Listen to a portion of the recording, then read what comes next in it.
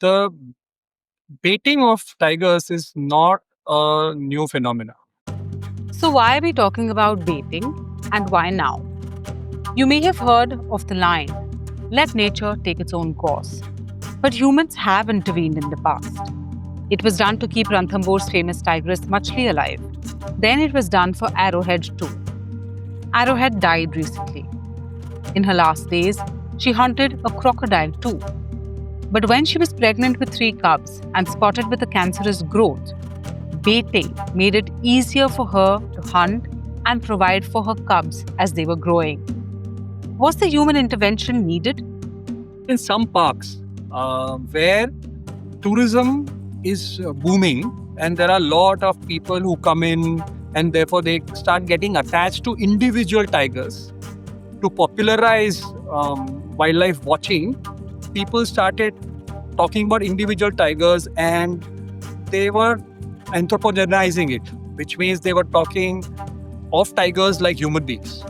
What that has done over a period of time is that people have started visiting those specific tiger reserves to see that specific animal. And because of the social media, that has also started booming in the last 10 years in the tourism area because of the exposure.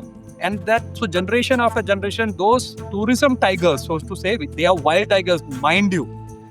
So this is where the main problem is, that these are tigers. Tigers don't change their habits. They get accustomed or more acclimatized to tourists, so they don't mind being sighted by tourists. Okay, they can walk few feet away from the vehicle. That point, they are not dangerous to people. But people start thinking of them as animals that they identify with. So that's when, now with this background, if a most famous tiger is injured and she is seen limping, automatically the photos go on social media. The moment that happens, some powerful person somewhere will be called by people saying that, in Ranthambore or in Tadoba, these are the places where people talk about. There are more than, I would say 15 tiger reserves where there are no tigers.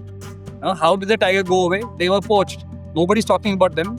These people who love tigers are not going after those governments. They are not going to Namdafa. They are not going to Paksa. They are not going to Kawal or Udanti, Sita Nadi, and all these parks which are not doing well when it comes to tiger conservation.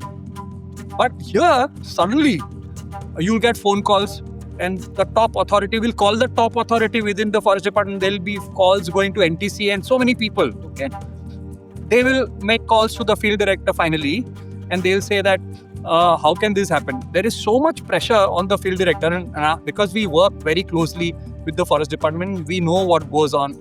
So that kind of pressure is not a good one. But there is suddenly so much, because you can imagine the amount of tourists that come in, and the people who have these big hotels there, their entire business, people coming from America, they say that we want to go and see Arrowhead. In the past, nobody ever put pressure on a particular forest department personnel to protect a particular tiger. But in Ranthambore, especially because Ranthambore is very close to Delhi, and it has always been frequented by people from Delhi, and that's where the government is, that's where the powerhouses are. So everybody thinks Ranthambore is their own backyard, and that just because you have seen a tiger or you photograph a tiger, you become an expert. So everybody thinks whoever goes to the jungle and with a big long camera and gets a good photo and gets 1,000 likes on Instagram will say that I am an expert on tigers, and the tiger was not looking happy, and it was something like this.